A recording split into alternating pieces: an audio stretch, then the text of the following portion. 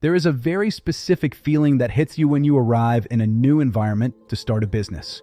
Maybe you've just moved to a new city where you don't know the street names, let alone the key players. Maybe you've moved to a new country with a completely different culture. Or maybe you are shifting industries entirely and you feel like a rookie again. That feeling is disorientation. It's the feeling of being the outsider.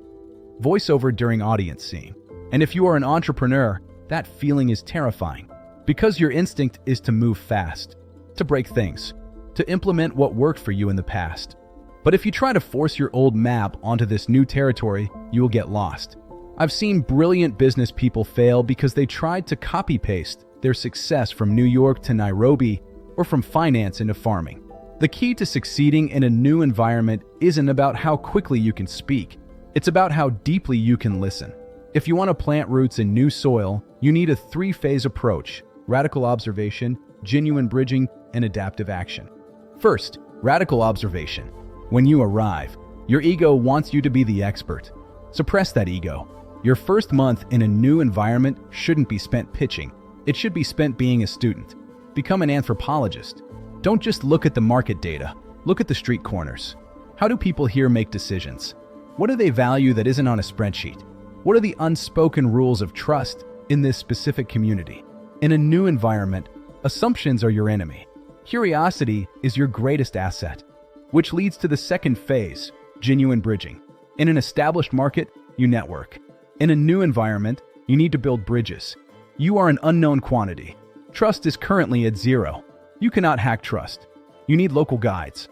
You need to find the people who are already respected in that environment, the gatekeepers, the community leaders, and you need to earn their permission to operate. Don't approach them asking for favors. Approach them asking for insight. Ask them, what do outsiders usually get wrong about this place? Their answers will save you years of frustration. When a local guide vouches for you, you borrow their credibility until you've built your own. And finally, the hardest part, adaptive action. This is where you take your brilliant business idea and you break it. You have to be willing to let the new environment reshape your product or service. The core DNA of your business might remain the same, but the expression of it must adapt to the local flavor. Maybe the pricing structure needs to change to match the local economy. Maybe your marketing tone is too aggressive for a culture that values subtlety. If the environment pushes back against your idea, don't push harder. Pivot. Flexibility is far more important than your original business plan. Starting a business in a new environment is incredibly daunting. You will feel lonely. You will feel misunderstood. But I want you to remember this. Being the outsider is also your superpower. The people who have been in that environment for 20 years, they have blind spots. They do things because that's how they've always been done. You have fresh eyes. You see inefficiencies they ignore. You see opportunities they walk past every day. Don't hide the fact that you are new. Leverage it.